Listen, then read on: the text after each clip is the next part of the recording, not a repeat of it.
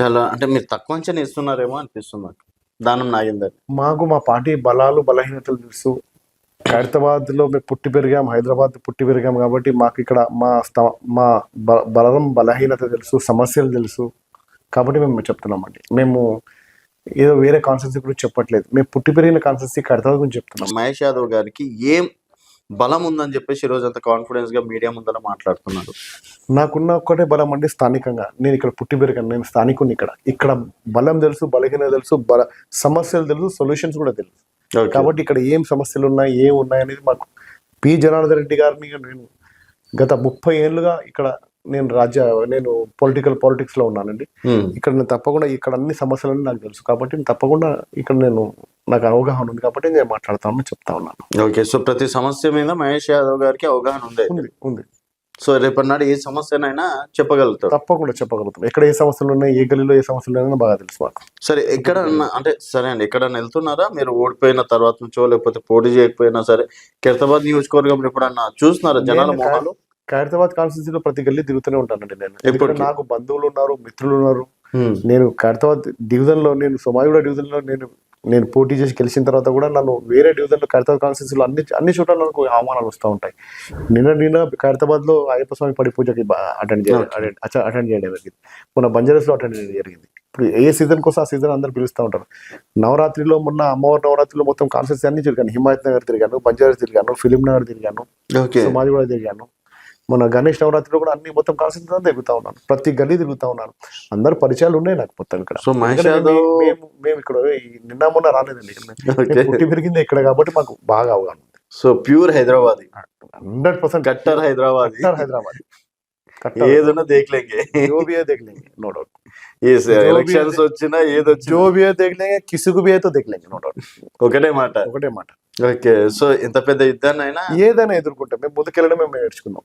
Okay, అది దానం నాగేందర్ గారు ఉండని, అది ఇంత పెద్ద ఎలక్షన్స్ ఉండని, రేవంత్ రెడ్డి దిగని, మేము ధైర్యంగా పోరాటమే మా కర్తవ్యం. మేము వెన్నుకడుగు వేయడం కానీ వెన్ను తిరగడం కానీ మాకు మేము నేర్చుకోలేదు. సార్, నమ్మకం ఉందా ఖైరతాబాద్ లో ఉప ఎన్నికలు వస్తాయని? వస్తాయి, తప్పకుండా వస్తాయి. మేము అందరం రెడీగా ఉన్నాం. తప్పకుండా కాన్ఫిడెన్స్ గా ఉన్నారు. డెఫినెట్ కాన్ఫిడెన్స్ గా ఉన్నాం. ఏంటంటే ఇప్పుడు మరి సర్పంచ్ ఎలక్షన్స్ లో చూసుకున్నట్టయితే వాళ్ళు 7,000 స్థానాలు గెలిస్తే మీరు 4,000 స్థానాలు మాత్రమే గెలిచినారు. అంటే 3,000 స్థానాలు డిఫరెంట్. మరి అది కాదా, అంటే ఓడిపోయినట్టు కాదా మీరు? స్థానిక సంస్థ ఎలక్షన్ లో ప్రజలు కూడా జనరల్ గా 90% అధికార పార్టీకి అవకాశం ఇస్తారండి. 90% ఎక్కడ వచ్చింది వీళ్ళకి చెప్పండి? 60% వచ్చింది, 55-60% వచ్చింది. అది కూడా మళ్ళీ బలగంతో డబ్బుతో బెదిరించి యునానిమస్ గా ఏకగ్రీవం చేసుకోవడం, దాదాపుగా 950 స్థానాలు ఏకగ్రీవం చేసుకోవడం జరిగింది. అంటే నువ్వు అర్థం చేసుకోవచ్చు ఇక్కడ డబ్బు ప్రవాహం కానీ అధికార ప్రవాహం కానీ ఎంతగానో వాడుతున్నాం. ఇంత వాడినప్పటికీ మాకు దాదాపు 3,500 స్థానాలు మేము గెలిచామంటే నాట్ ఏ జోక్.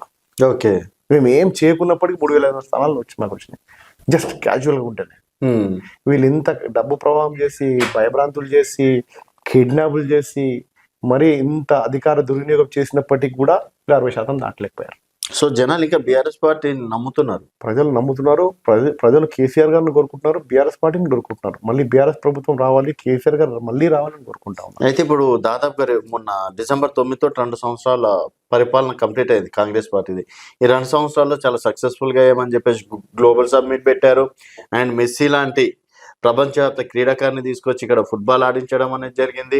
తర్వాత 500 కోట్లు 600 కోట్లు పెట్టుబడులు తెచ్చినామని చెప్పేసి చెప్పుకురావడం అనేది జరిగింది. సో ఈ 2 సంవత్సరాల పాలనపై కాంగ్రెస్ సక్సెస్ అయింది అనుకోవచ్చు. ఇప్పుడు మెస్సీకి దగ్గర ఈయన ఫుట్బాల్ ఆడడానికి దాదాపు 150 కోట్లు ఖర్చు పెట్టారు. అదే కేటీఆర్ గారు ఇక్కడ ఫార్ములా రేస్ తీసుకొచ్చి మన హైదరాబాద్ ని గ్లోబల్ సిటీగా రూపొందించడానికి తీసుకొస్తే మేము తప్పు చేయడం జరిగింది. మరి ఈయన ఏం చేశాడండి? ఒక మెస్సీ అసలు మనకు ఫుట్బాల్ తో సంబంధమే లేదు. మన తెలంగాణలో ఎంతమంది ఫుట్బాల్ ఆడతారు చెప్పండి? తెలంగాణ ఫుట్బాల్ ఎలా ఆడాలో కూడా తెలియదు. మన ఫుట్బాల్ మన గేమ్ కూడా కాదు. అటువంటిది ఫుట్బాల్ మీద తీసుకొచ్చి 150 కోట్లు ఈయన సొంత గేమ్ ఆడించుకొని డబ్బు వృధా చేయడం జరిగింది. అది కూడా సింగరేణి కార్యక్రమాల కష్టార్జితంతో ఒక్కొక్క రూపాయి కష్టపడి సంపాదించిన డబ్బు వృధా చేయడం జరిగింది. అంటే ఆ గేమ్ వల్ల సరే తెలంగాణ వ్యాప్తి అనేది ప్రపంచానికి తెలిసిందని చెప్పేసి అనుకోవచ్చు కదా. నేను అదే అడుగుతా ఉన్నాను. ఇప్పుడు మీరు 150 కోట్లు ఖర్చు పెట్టి మెస్సీ, ఇప్పుడు ఆ తెలంగాణ ప్రభుత్వానికి, తెలంగాణ ప్రజలకి మెస్సీ గురించే తెలియదు, మెస్సీ ఎవడో కూడా తెలియదు. ఇప్పుడు మెస్సీ గురించి మనం తెలుసుకున్నాం. మెస్సీ అంటే అసలు ప్రజలకు ఎవరు కూడా తెలంగాణ కూడా తెలియదు. ఓకే.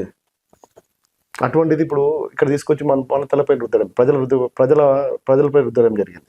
ఓకే. అంటే రేపు నాడు సరే మీరు ఎన్నికల్లోకి వెళ్తే ఏది మీ ప్రధాన ఆయుధాలు అనేది కూడా ఉంటాయి కదా.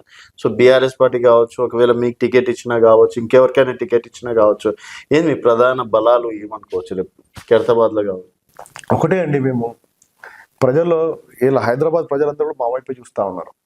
ఎందుకంటే ఈ ఒక గతంలో 2023 జనరల్ ఎలక్షన్ లో కూడా హైదరాబాద్ ప్రజలందరూ కూడా అందరు బీఆర్ఎస్ వైపే ఉన్నారు. ఈ రోజు కూడా హైదరాబాద్ ప్రజలందరూ కూడా బీఆర్ఎస్ వైపే ఉన్నారు. ఎందుకంటే హైదరాబాద్ లో బీఆర్ఎస్